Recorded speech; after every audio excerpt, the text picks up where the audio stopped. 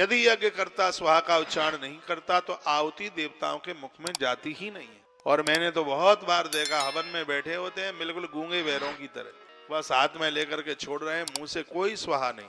जब आप स्वाहा स्वा बोलते हैं तब यज्ञ भगवान का मुख खुलता है, और हा बोलते हैं तब वो आहुति देवताओं के मुख में जाती है। इसलिए यज्ञ में स्वाहा, स्वा के संग हा का उच्चारण होता है। ओम ब्रह्मणे स्वाहा, ओम अग्नये स्वाहा, ओम सोमाय स्वाहा। 5 आहुतियां ऐसी हैं जिसमें स्वा के साथ में और भी कुछ बोलना पड़ता है। ओम अग्नये स्वाहा इदम अग्नये नमः। इसका अर्थ है हमने जो आहुति डाली है कि हे अग्निदेव आपको स्वीकार हो, इससे मैं कुछ नहीं चाहता, आपको समर्पित करता हूं। ओम सोमाय स्वाहा इदम सोमाय नमः। ओम वरुणाय स्वाहा इदम वरुणाय नमः। ये आहुतियां कथा के बीच में मैं आपको ये निवेदन करूंगा। वैसे मैंने बहुत वीडियो भी डाली है। जब आप यज्ञ में बैठते हैं तो 5 आहुति घी की डाली जाती है। ओम प्राणाय स्वाहा, व्यानाय स्वाहा, पानाय स्वाहा, समानाय स्वाहा, उदानाय स्वाहा। उस समय साकल्य की आहुतियां नहीं डाली जाती, सिर्फ घृत की आहुति डाली जाती है। यज्ञ नारायण भगवान का भोग लगाने के बाद कुछ घी डाला जाता है।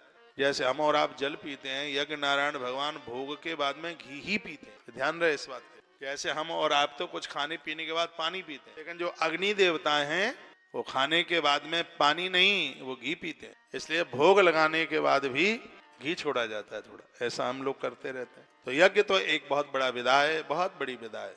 यज्ञ करो। कालिका पुराण में कुछ समुदायों का वर्णन है।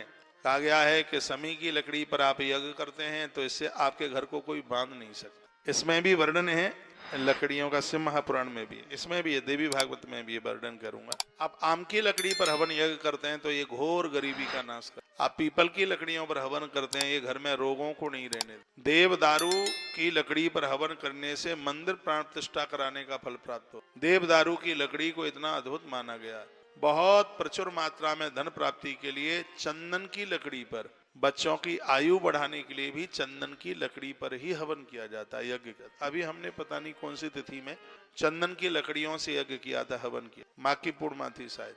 तो ये सब आप अपने घर में भी कर सकते। क्या नारी यज्ञ कर सकती है?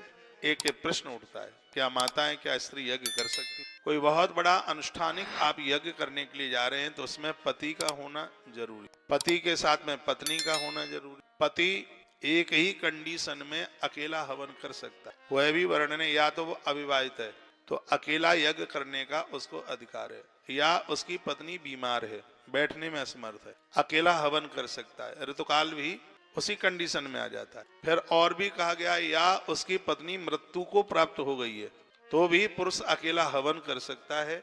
एक और अगली बात कही गई है, वो ये है, या उसकी पत्नी उसे छोड़कर चली गई है तो भी वह पुरुष अकेला हवन यज्ञ कर सकता है। वर्णन माताओं के लिए अब क्या कहा गया है, अब वो भी सुन लीजिए। मातृ शक्ति के लिए कहा गया है कि जो दैनिक अग्निहोत्र है, रोज का जो हवन है, उसे नारी अकेली करने में अधिकारिणी है, लेकिन जो विशेष अनुष्ठानिक यज्ञ होते हैं उसमें नारी अपने पति के संग ही बैठती। ऐसा कोई बहुत बड़ा अनुष्ठानिक यज्ञ है, या तो उस नारी का पति दुनिया छोड़ करके चला गया है, ऐसा हो सकता है क्या उसके पति ने उसे छोड़ दिया है, तो वर्णन किया कि ऐसी स्थिति में यदि नारी यज्ञ का दर्शन भी कर लेती है तो उसे यज्ञ करने का ही फल प्राप्त होता है। यज्ञ तो बहुत बड़ा विज्ञान है। मैं तो कहूंगा कि दैनिक हवन तो हर स्त्री पुरुष को प्रत्येक दिन करना चाहिए, चाहे आप स्त्री और पुरुष को, ये उपले रखो, कंडे रखो। हाँ, गौ माता के गोबर के ही कंडे हवन में डालने का अधिकार है,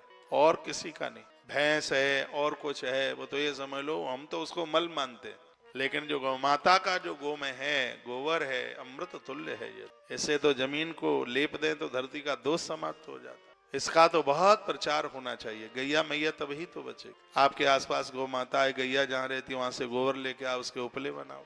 उपले हमने बनाना शुरू कर दिया है, लोहवान डाल रहे हैं उसमें, हल्दी डाल रहे हैं उसमें तुलसी का चूर्ण डाला जा रहा है। तुलसी का बहुत बड़ा महात्म्य है।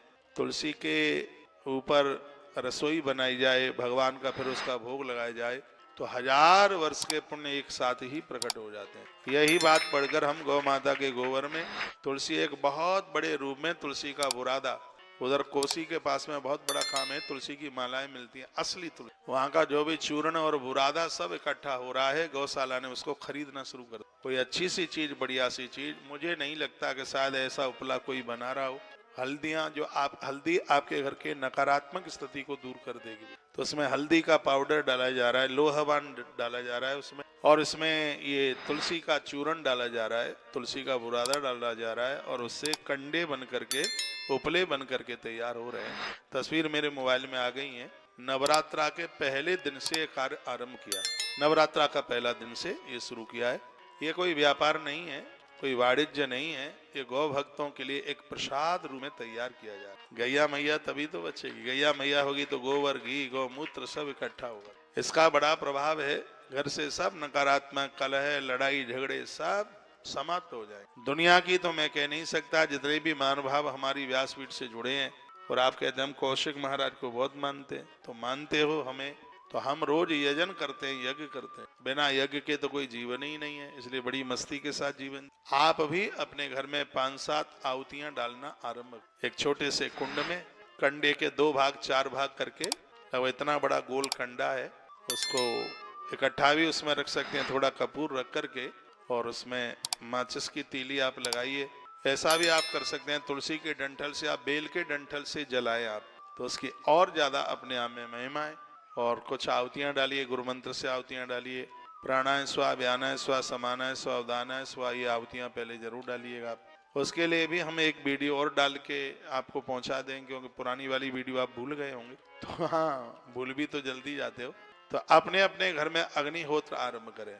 अग्निहोत्र भी आप ना कर पाए तो दोपहर की जो रसोई का भोजन है, प्रसाद है, वो उपला जला करके ही 5 आहुति उसके ऊपर डाले। आनंद।